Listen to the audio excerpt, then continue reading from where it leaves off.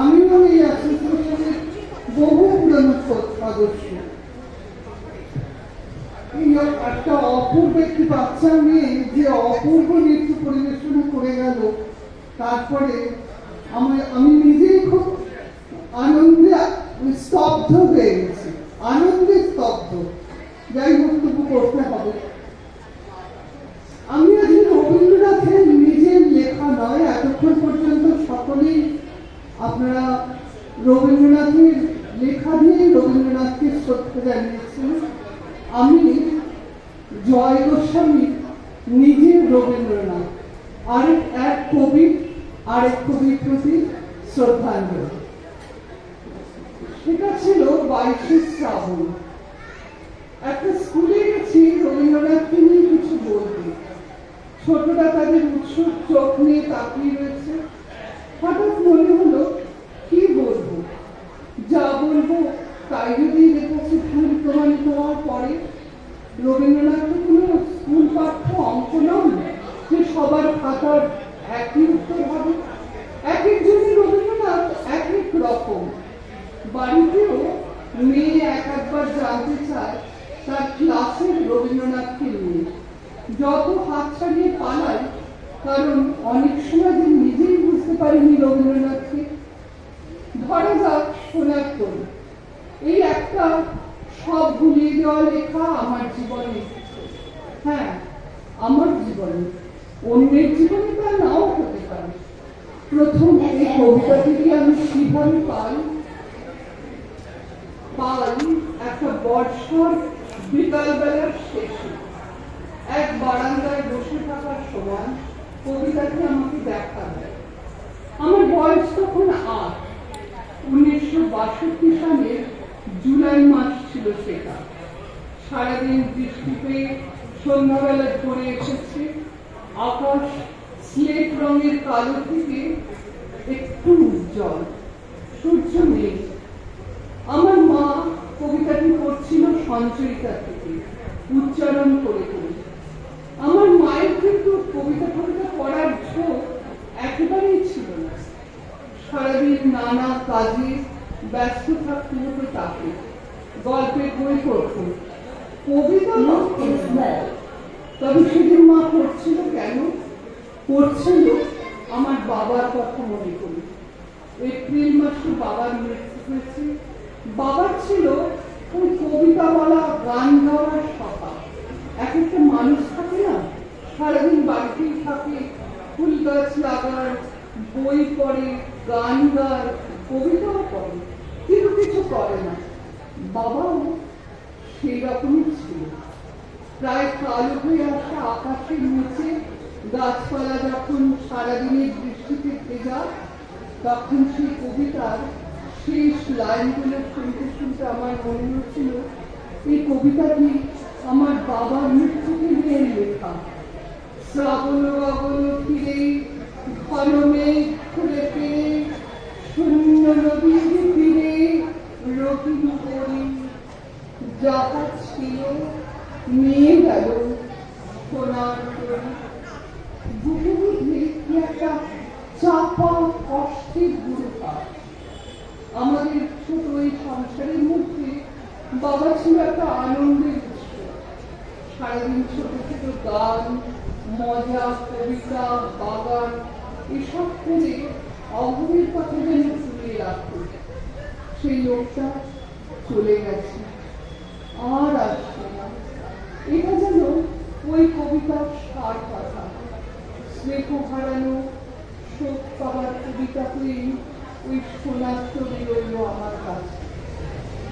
তারপর বয়স বাড়ে, আস্তে আস্তে বইপত্র উল্টাতে গিয়ে দেখি কি সব ভয়ানক কাটাকাটি হয়ে গেছে ওই কবিতাকে। বোকার মতন সোনার তরীকে আমি শোকের কবিতা দেখেছি কেন? না, কখনো আমি কাউকে বলি না আর ওই কবিতা নিয়ে একটি কথা। কিন্তু আজও যদি চোখ বন্ধ করে মনে পারি ওই তরু ছাড়া মসি মাখা কথাটি, তবে আমাদের রানাঘাটে সিদ্ধেশ্বরী তলার সেই পুকুর ঘাটের বাড়ি আর তার গাছ আর চুক্তি নদীর তীর মনে পড়ে। আরো আছে বললাম না, তার ধারে একটা বট গাছের নিচে বাবার সঙ্গে দাঁড়িয়ে আছে। বাবার মুখে একটা গান, অমল ধবল পালে লেগেছে মন্দ মধুর হাওয়া, দেখি নাই কখনো, দেখি নাই এমন তরুণী বাবা। তরুণী কি না, নৌকা। নৌকো তো অনেক যায় আমাদের নদীতে, যেমন যায় কচুরি পানারা। অমলও জানি, অমলদা সব পেয়েছে আসলে ড্রিল করায়, গ্রাউন্ড বাজায়, কিন্তু অমল কাকে বলে? গানের পর বাবার মুখো ধবল ধরে সাদা। ওই যে বালির নৌকাটাকে দেখো, ওর পাল, যে পাল আছে সাদা পাল, ওই রকম। দেখলাম বড় একটা নৌকো ধীরে ধীরে ভেসে চলেছে, একটা ছই রয়েছে। ওই রকম নৌকা কতই দাঁড়িয়ে থাকে চুরি নদীর তীরে, নৌকোর কানা পর্যন্ত জল। এই নৌকোটায় বড় একটা পাল লাগে, মনের ভেতরে থেকে গেল সেই নৌকো আর তার পাল তুলে যাওয়া। কিন্তু পাল মোটেই অথচ সাদা ছিল না, যেমন ময়লা ময়লা ত্রিপুর রঙের চাদর একটা। তখন কত বড় আমি, বড় জোর ৬-৭, বড় জোর ৮, ৩০ পেরিয়ে আলাপনা মেয়ের সঙ্গে সে আসে, কথা বলে, চলে যায়। পরে দেখেছি যখনই একা হয়ে যায় তখনই তার কোনো না কোনো ছবি মনে পড়ছে। হয়তো এক টুকরো হাসি, কথা বলতে বলতে হয়তো থেমে যাওয়া, কপালের উপর ঝুঁকে পড়া সরানো। এই কি হল? আরো কতজনের সঙ্গে তো কথা বলি, কারো ক্ষেত্রে তো এমন হয় না। সবচেয়ে বেশি মনে পড়ে তার তাকেই থাকা। ভোরে ঘুম থেকে মনে পড়ে, দুপুরে ছাঁঝা রোদে হাঁটতে হাঁটতেও মনে পড়ে। কেন পড়ে? আর কোনো চোখে আমি দেখিনি কখনো। বুঝলাম আমি প্রেমে পড়েছি। একদিন এক উঁচু বাড়ির সিঁড়ি দিয়ে নেমে আসছি, সামনে নেমে চলা তার উড়ন্ত চাদর আঁচল। কোথাও কোনো বাড়ি থেকে গান বাজছে, দেখি নাই প্রভু, দেখি নাই এমন তরুণী বাবা। থমকে আছি, পা চলছে না। শৈশবের সেই পুরনো গান কি এক নতুন মানে নিয়ে আজ আমার সামনে দাঁড়াতে এলো। এই তরুণী তবে সেই আশ্চর্য নৌকো পেয়ে চলা।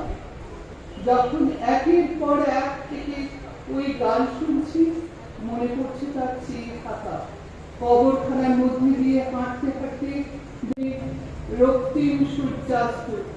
একটা জলের বোতল ব্যাগ থেকে বার করে এগিয়ে যাওয়ার সময় তাকিয়ে আছি। আমাদের সেই দেখাশোনার উপর ছেদ করতে কয়েক মাসের বেশি সময় লাগবে না, কিন্তু ওই গানের মধ্যে থেকে গেল। তারপর আরো আরো 19 বছর কেটে গেছে। আমার মেয়েকে যে হস্টেলে দিয়েছে তার পাশেই গঙ্গা। এক রবিবার বিকেলে হস্টেলের ধারে বট গাছের নিচে সিমেন্ট বাঁধানো বেদিতে বসে আছে মেয়ের সঙ্গে। সে এখন 15 পেরিয়ে 16 পড়েছে। সেও বর্ষাকাল ভালোবাসে। আজ সারাদিনের মেঘে ঢাকা ছিল আকাশ, কিন্তু এখন একটু পরিষ্কার। সূর্য আসতে নামছে, আলো বেরিয়ে আসছে। মেয়ে বলল, ওই দেখো, দেখি ছোট্ট একটা নৌকা তপ্তাও করে চলে আসছে স্রোতের সঙ্গে, তার উপর একটা পাল লাগানো। মেয়ে গাইতে শুরু করলো, অমল খবর পালে লেগেছে মন্দ মধুর আওয়াজ, দেখি নাই প্রভু, দেখি নাই এমন তরুণী বাবা।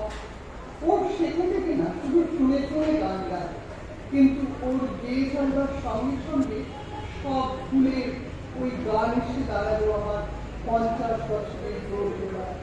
তখন আমার চোখ ভেসে দাঁড়ায় চোখের জলে। এই গানের কি মানে হলো তবে আমার কাছে?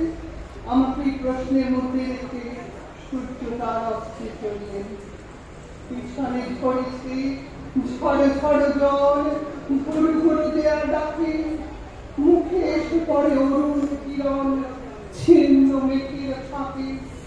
ওগো কান্ডারি, কে গো তুমি? কার কাছে কান্নার ফল? ভেঙে মরে মন নমস্কার।